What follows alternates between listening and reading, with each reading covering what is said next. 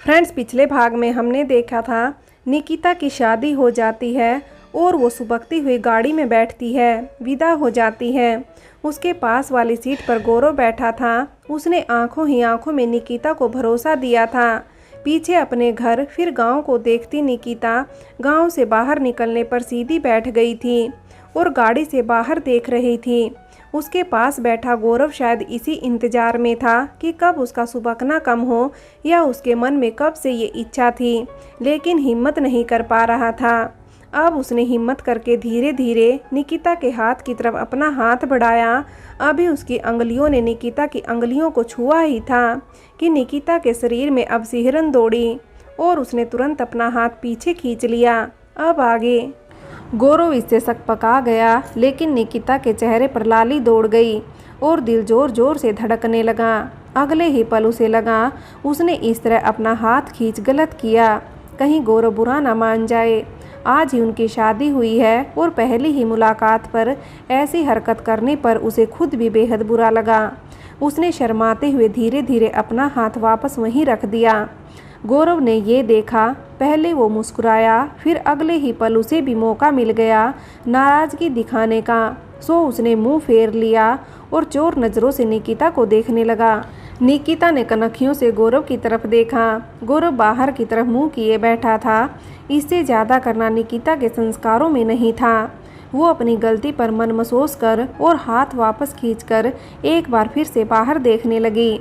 अब गौरव ने निकिता की तरफ देखा। उसे एहसास हुआ आखिर पहल तो उसे ही करनी होगी। उनका रिश्ता अभी शुरू ही तो हुआ है, ऐसे में निकिता भी क्या करे। यही सोचकर इस बार वो धीरे धीरे अनजानेपन का दिखावा करते हुए निकिता के करीब खिसक आया। निकिता के शरीर ने जोर से झुरझुरी ली, लेकिन उसने अपना चेहरा अब भी बाहर की तरफ ही किया हुआ था। गौरव शायद अब और इंतजार नहीं कर सकता था। अपनी दुल्हन के चेहरे का दीदार करने के लिए उसने 2 उंगलियों के सहारे निकिता का चेहरा अपनी तरफ घुमाया। निकिता नज़रें झुकाए शर्म की लाली लिए उसकी तरफ घूमी। इन दोनों को इस वक्त शायद दुनिया की परवाह नहीं थी, क्योंकि आगे की सीट पर गाड़ी चलाता ड्राइवर मिरर में उन दोनों को ही देख रहा था और मंद मंद मुस्कुरा रहा था। निकिता जैसे ही गौरव की तरफ पलटी, ड्राइवर का ध्यान भटका और सामने से आती गाड़ी वो देख नहीं पाया। जब सामने नजर गई, बहुत देर हो चुकी थी। खुद को बचाने की कोशिश में ड्राइवर ने गाड़ी मोड़ी, लेकिन वह बैलेंस नहीं बना पाया। गाड़ी लहराने लगी और साथ ही निकिता और गौरव भी। ड्राइवर ने बहुत कोशिश की संभालने की, लेकिन नहीं संभाल पाया। गाड़ी पहले सामने एक पेड़ से टकराई और फिर ढलान की ओर पलटी खाने लगी। इस घटना की खबर तुरंत ही निकिता के गांव पहुंच गई। कुछ गांव वाले मदद के लिए आए, लेकिन तब तक बारातियों ने गाड़ी से दुल्हन और दूल्हे के साथ साथ ड्राइवर को भी गाड़ी से बाहर निकाल दिया था। गाड़ी के ड्राइवर का सिर बुरी तरह फट चुका था। गौरव के सीने में गाड़ी के शीशे इस तरह धंस चुके थे कि देखकर ही अंदाजा लगाया जा सकता था वो कितनी बुरी तरह तड़पा होगा। पास ही लाल जोड़े पर खून लिए बैठी थी निकिता। उसके हाथ पैरों में भी बहुत खरोंचें आई थी। उनसे खून भी निकल रहा था, लेकिन वो जिंदा थी, बिल्कुल किसी लाश की तरह। निकिता के बाबा का कलेजा मुंह तक आ गया अपनी बेटी के भाग्य को देखकर। निकिता की तरफ कोई देख तक नहीं रहा था, क्योंकि सबकी नज़रों में इस घटना की जिम्मेदार वही थी। उसके ही अशुभ भाग्य के कारण इतनी बड़ी दुर्घटना हो गई थी। बाबा आए और निकिता के सामने घुटनों के बल बैठ गए। निकिता ने सिर उठाकर अपने बाबा की तरफ देखा और इतनी देर में पहली बार वो फूट कर रो पड़ी। दोनों बाप बेटी एक दूसरे से लिपट कर रोने लगे। दूल्हे पक्ष के कुछ लोगों का दिल निकिता को देख बुरी तरह पसीज गया। बेचारी ने अभी ससुराल की दहलीज पर कदम भी नहीं रखा था और इतना बड़ा दर्द उसे सारी जिंदगी सहना था। गौरव की लाश को उसके गांव ले जाने की पूरी तैयारी हो चुकी थी, लेकिन निकिता वो कहाँ जाए। आखिर बाबा ने उसे ससुराल भेजना ही ठीक समझा। भले ही ससुराल में उसके कदम न पड़े हों, लेकिन थी तो वो गौरव की ब्याहता ही और अब विधवा। बाबा का दिल तड़प कर रह गया, लेकिन इस समय उन्हें शायद संयम से काम लेना चाहिए। सो गौरव की लाश के पीछे वो भी निकिता को साथ लिए चल दिए। इस वक्त उसके जख्मों का इलाज करवाना भी उन्हें गैर जरूरी सा लगा। निकिता खुद में सिमटी बाबा के साथ पहाड़ जैसे पैरों को उठाकर चलने लगी। उसकी दुनिया बसी भी नहीं थी और उजड़ भी गई। उसके दिल की तकलीफ कौन समझता? शायद कोई नहीं। जिस पर गुजरती है वही जानता है, बाकी लोग बस सहानुभूति जता सकते हैं। बेटे की लाश देख गौरव की माँ के दिल पर जो गुजरी वो वही जान सकती है। सहरा बांध के बेटे को भेजा था और अब नई दुल्हन के आने की तैयारी थी। उस पर ये सब गौरव की माँ दहाड़े मार कर रोने लगी। बेटे की लाश सामने देख उनका सीना फट पड़ा। बेहोश होती तो लोग पानी के छींटे मारते, उन्हें होश में लाते और वो होश में आते ही गौरव से लिपट कर रोने लगती। कोने में खड़ी निकिता सिर झुकाए आंसू बहा रही थी। पास ही उसे थामे बाबा भी कलेजा पकड़ के खड़े थे। ये मंजर सबके दिलों को दहला रहा था। घर फूलों से सजा हुआ था। कुछ देर पहले तक गीत गाए जा रहे थे और अब मातम दहाड़े मार रहा था। काफ़ी देर बाद गौरव की माँ की नज़र लाल जोड़े में खड़ी निकिता पर पड़ी और उनको जैसे अपना दर्द बहाने का, थोपने का जरिया मिल गया। मेरा बेटा खा गई पापिनी, फिर भी बेशर्मों की तरह चली आई, तमाशा देखने आई है। गौरव की माँ निकिता को झिंझोड़ रही थी। निकिता की आंखें झरझर बहे जा रही थी। बहन जी, इस पर भी तो वही बीत रही है। निकिता के बाबा भरे गले से बोले, इससे पहले मैं अपना आपा खो दूं, ले जाइए इसे मनहूस को यहाँ से। गौरव के साथ 7 फेरे लिए हैं इसने, मैं इसे कहाँ ले जाऊं? बाबा विनती भरे स्वर में बोले। फेरे लिए इस मनहूस ने तभी तो मेरे बेटे को खा गई। इसने मेरा बेटा निगल लिया और मैं इसे अपने घर में बिठाऊं? महारानी, किसी नदी में जाकर डूब मरे मनहूस। एक माँ का आंचल सूना कर दिया तूने, अब क्या पूरा परिवार ले डूबेगी? गौरव की माँ बौखला सी गई थी और उनका बौखलाना सही भी था। जवान बेटा खोया था उन्होंने, उनके दर्द की सीमाएं अपनी हद में नहीं थी। शांत हो जा निर्मला, बहू को घर आने दे। है तो हमारी गौरव की ब्याहता ही ना। बड़ी मुश्किल से गौरव के पापा बोले। ब्याहता? कैसी ब्याहता है ये? अभी तो सिंदूर का रंग इसकी मांग में ठीक से चढ़ा भी नहीं था और इसने खून से पोंछ भी डाला। नहीं, ये मेरी नज़रों के सामने नहीं रहेगी, ले जाओ इसे। इससे पहले मैं अपना आपा खो बैठूं और कुछ कर दूं। ले जाओ इस मनहूस को। निकिता के कानों में जैसे शीशा पिघला जा रहा हो। उसकी क्या गलती थी? यही कि गौरव के साथ उसने साथ जीने के सपनों को अपनी आंखों में सजा लिया था, या ये कि घर वालों के कहने पर बगैर किसी नानुकुर के शादी के लिए तैयार हो गई थी। निकिता के बाबा असहाय और मजबूर थे।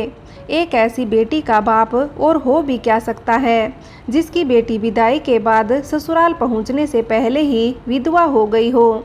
निकिता की सास के हर शब्द उसे तीर की तरह चुभते थे, लेकिन वो भी क्या करे। जवान बेटे को खोने का दुख क्या होता है शायद वो समझ सकते थे। कुछ देर और निकिता की सास के तीखे और दर्द भरे शब्दों को सुनने के बाद आखिर बाबा निकिता को लेकर वापस निकल पड़े।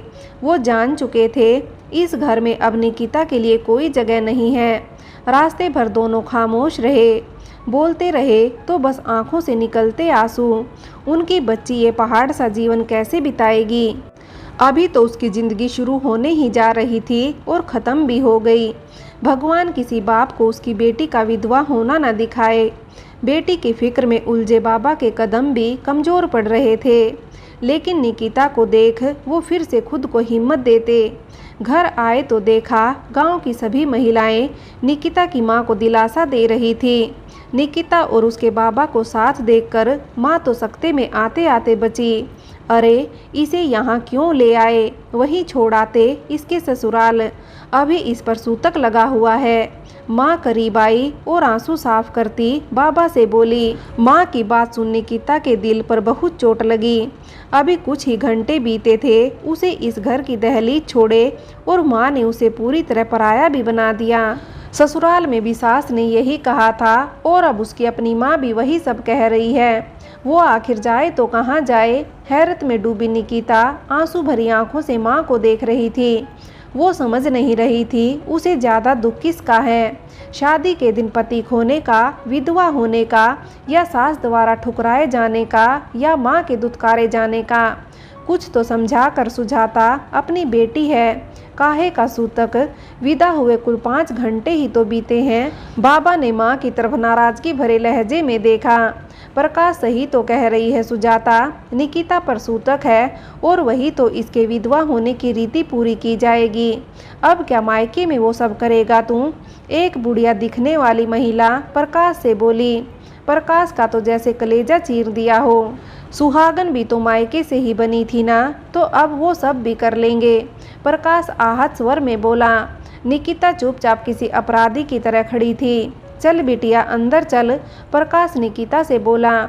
निकिता ने एक कदम बढ़ाया ही था कि तभी सुजाता उसके करीब आई और निकिता का हाथ पकड़ लिया। निकिता और बाबा माँ को देखने लगे। सुजाता ने निकिता की कलाई पकड़ी और आंगन में सबके बीच ले आई। निकिता के चूड़ियों भरे हाथ की तरफ देखा और पल्लू में मुँह छिपा लिया। हमसे ना होगा दीदी, आप ही कर दो, भरे गले से बोलती हुई सुजाता रोने लगी।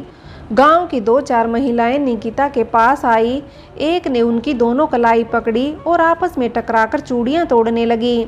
एक बूढ़ी महिला ने उसके माथे की बिंदी पोंछ डाली। एक और महिला बाल्टी भर पानी लाई और निकिता के सिर पर उड़ेलने लगी। दूसरी ने मांग के सिंदूर को धोना शुरू कर दिया। प्रकाश ने कुछ पल रुककर ये सब देखा और भरी आंखों के साथ घर के अंदर चला आया। चारू हैरानी के साथ ये सब देखती रही। आज सुबह ही तो उसने तैयार होने में दीदी की मदद की थी और अब ये जालिम महिलाएं सब कुछ धोए जा रही हैं। और वो चूड़ियाँ कितनी चाव से लाई थी दीदी। कितनी ही चूड़ियाँ देखने के बाद दीदी को वो पसंद आई थी। थोड़ी महंगी भी थी, लेकिन बाबा ने खुशी खुशी उसे वो चूड़ियाँ दिला भी दी थी। वो गले का मंगलसूत्र जीजा जी ने दीदी को पहनाया था। सुबह तैयार होते वक्त दीदी ने उसे चूमकर आंखों से भी लगाया था।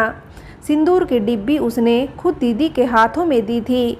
कितनी सुंदर थी वो डिब्बी। तब उसने दीदी से ये तक कह दिया था, देखना मेरी सिंदूरदानी भी ऐसी ही होगी, बल्कि इससे भी ज़्यादा सुंदर। पायल चारू ने खुद पसंद की थी दीदी के लिए। माँ ने कहा भी था, शादी में हल्की पायल कौन पहनता है भला, भारी वाली पायल ले ले।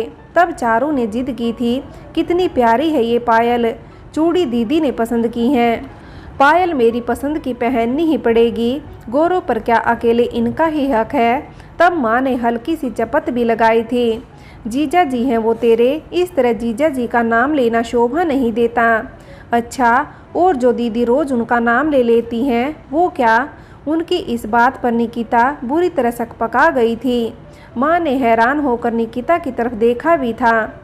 इससे पहले कि माँ निकिता को डांट लगाने के लिए अपना मुंह खोलती, चारू ही बोल पड़ी। रोज नहीं कहती दीदी, सूर्य देव को जल चढ़ाना है, सूर्य देव को जल चढ़ाना है। माँ ने फिर हाथ उठाया था उसे चपत लगाने को, लेकिन इस बार वो फुर्ती से निकिता के पीछे छिप गई। बाबा उसकी बात पर खिलखिला पड़े थे और निकिता भी मुस्कुराने लगी थी। सब कुछ इतनी जल्दी इस तरह बदल जाएगा उसने सोचा भी नहीं था, बल्कि किसी ने भी नहीं सोचा था। गांव की सभी महिलाएं निकिता के फूटे भाग को कोस रही थी, दुख जता रही थी। कोई निकिता को ही अभागन कहती और हमदर्दी जताती। बातों बातों में निकिता को सफ़ेद साड़ी में लपेट दिया गया। चारू की आंखों में आंसू थे। वो जानती थी विधवा सफ़ेद कपड़े में रहती है, लेकिन क्यों, ये उसकी समझ से परे था।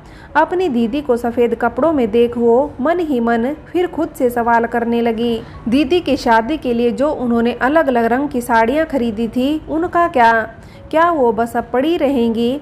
हर साड़ी के साथ का ब्लाउज चारू के कहने पर दीदी ने अलग अलग डिजाइन में सिलवाया था। चारू ने दीदी को ये तक बता दिया था कि ससुराल की कौन सी रस्म में उसे कौन सी साड़ी पहननी है और जब मायके आएगी तब कौन सी साड़ी पहन कर आएगी। दीदी अब कभी उन साड़ियों को नहीं पहनेगी क्या? चारू के सवालों को झटका तब लगा जब उसने सुना कि कोई नाई को बुलाने की बात कर रहा है। नाई? लेकिन क्यों? चारू ने खुद से पूछा और जवाब उस महिला की बातों से मिला। मुंडन तो सबसे अहम है। हाय बेचारी, कैसा नसीब लिखा कर लाई है। जिन बालों में गजरा महकना चाहिए था उन्हें बहाना पड़ रहा है। किसका मुंडन हो रहा है? चारू ने हिम्मत करके बेहद धीमी आवाज़ में पूछा। तेरी दीदी का बिटिया, पति ही नहीं रहा तो बालों का क्या करेगी? किसी ने उत्तर दिया।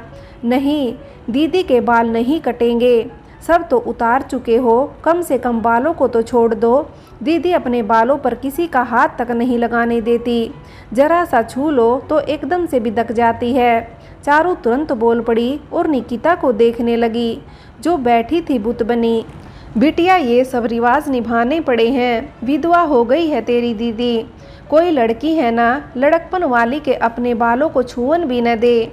बूढ़ी महिला ने कहा, दीदी कहो ना इनसे कि तुम्हारे बाल न काटे। चारू घुटनों के बल बैठी और निकिता के घुटनों को हिलाती हुई बोली। निकिता ने उसकी तरफ एक बार देखा और फिर नज़र झुका ली। वो किसी से कुछ भी नहीं कहना चाहती थी, वो तो कुछ सुनना भी नहीं चाहती थी। लेकिन अजीब है ना, उस ऊपर वाले ने जुबान को बंद रखना तो सिखा दिया, लेकिन कानों को बंद करना सिखा नहीं पाया। इतनी देर में नाई भी आ गया और चारू जोर से चिल्लाने लगी, नहीं, बाल मत काटो दीदी के। लेकिन भला एक बच्ची की बात कौन सुनता और क्यों सुनता।